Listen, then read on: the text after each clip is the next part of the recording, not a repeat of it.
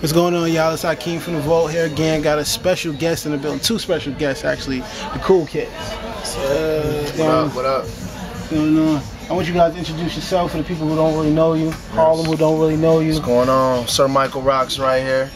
I'm Chuck English. Cool Kids, man. Just us two. Okay, cool. I ask everybody the same questions over and over when they first come here. Like, who are the Cool Kids? Who are you individually or you collectively? Who are you guys?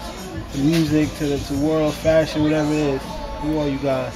We just the originators of half the shit. You know what I mean? We're nice, and that's like where we embody. Like everybody could do this, but it's not everybody doing this. So it's more or less of, you know what I'm saying? We'll definitely jump off the bridge first. So the leader of the pack, sound wise, you know what I'm saying? Like try to make sure nobody does it before we do it. Man, I can't even really explain it better than that. Right? Kind of hit the nail. All right, being in Harlem, where you guys from though? Where you guys come from? Where? Detroit. I'm from Chicago. Detroit and Chicago? Two different places. How did y'all hook up? Yeah, it was both living. I went to in school. Chicago. I lived in Chicago. I'm just from Detroit. Both living in Chicago, you know, and we got similar circles, man. We knew a lot of the same people, so it's kind of like inevitable that we would cross paths. You know what I'm saying? That's kind of how it played out.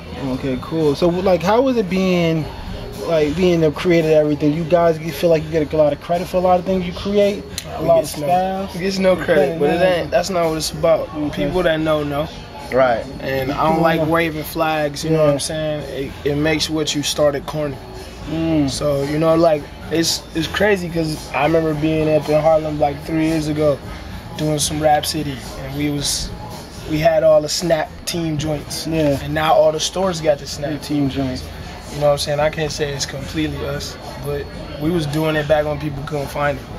Okay. You know what I'm saying? And our snapbacks were starter. You know what I mean? Yeah. Those were the old school joints. Starter snapbacks. Yeah, with the tags. They wasn't new era. You know what I mean? Still had the joints on. Mitchell and Ness. Exactly. Mitchell and Ness hadn't even thought of that yet. Right. So, okay, cool. You know, like, but I don't do stuff for credit. You know what I mean? Like, you just do it because it's you. I did it because I did it, and you know what I'm saying. That felt good at that time, and we knew at some point in time we wanted it to hit. That's why we was doing it. Like, man, it's gonna be on this shit, and they was on it. So from that to the rap styles to, you know, the whole thing about, you know what I'm saying, you got like gangster rappers talking about their sneakers now. Like, you know what I'm saying? Where the fuck did you get that from? I thought you was killing last week. Right. That's so crazy. It's cool to know you had some sort of influence on the world, and it ain't over yet. So it's more like, what can we do now? Okay. And this is the beginning of it.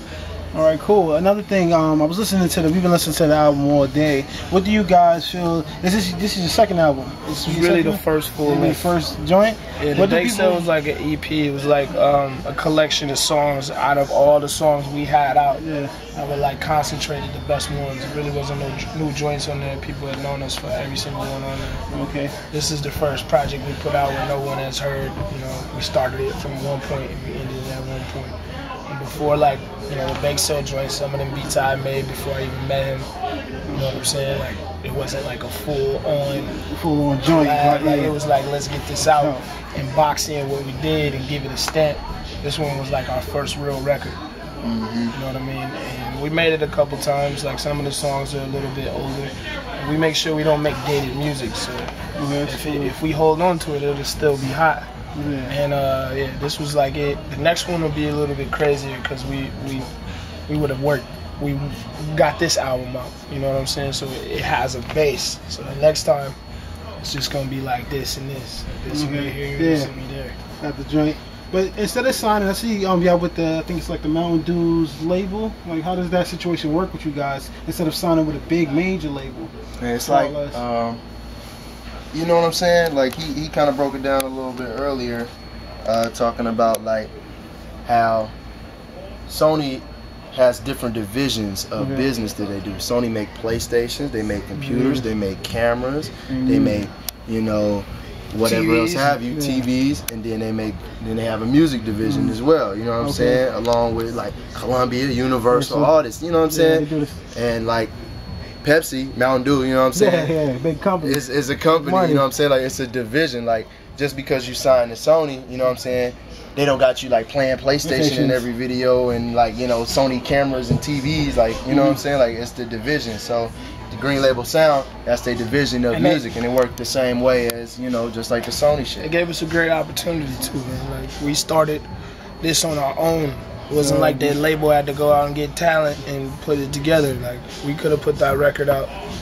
Like, they know that it was a two-man show. They just wanted to be involved. I remember you guys from doing the groundwork itself. You guys were just like in the streets. I never heard a label behind you guys, but your buzz was just bananas. Right. Either from the fashion to the music. Like, I'm a critic of streetwear. I've been doing streetwear for a long time myself, and you guys do it. Like, you guys do it to the fullest. I got like old collection. I've seen you guys on videos. Even before you guys came today, I was watching the YouTubes. I'm like, man, these dudes, they've really been doing it for a long time.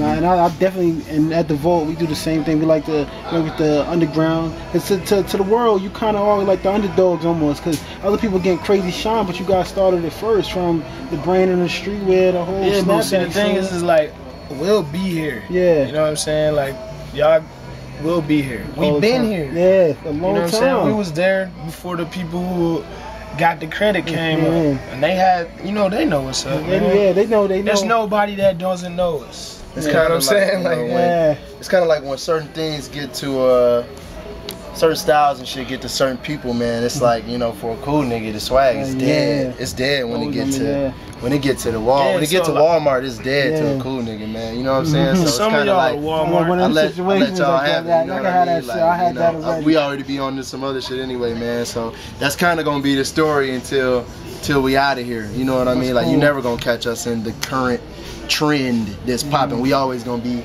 a step ahead and a step ahead and a step ahead. You're never gonna catch us in what's the most popular craze right now. Like right now, you guys got on Durkle, and that's a smooth brand to me. I like the brand. Yeah, it's cool. Not everybody's wearing it. I don't even know what it is. That's right. crazy. They still just working out of the office in DC. You know what I'm saying? You know, like, we never let go. You know, we were like influential for repping a lot of brands when they first started out, because that's just our circle. You know what I'm saying? A lot of the streetwear like owners and the people who do it, they're homies. So of course, you know, like Orisu, like we were in some of their first ads. Now they making jackets for Rick Ross and all kind of shit. You know, it was like the first cover they put out. Like, you know, we got a big strong connection with Diamond.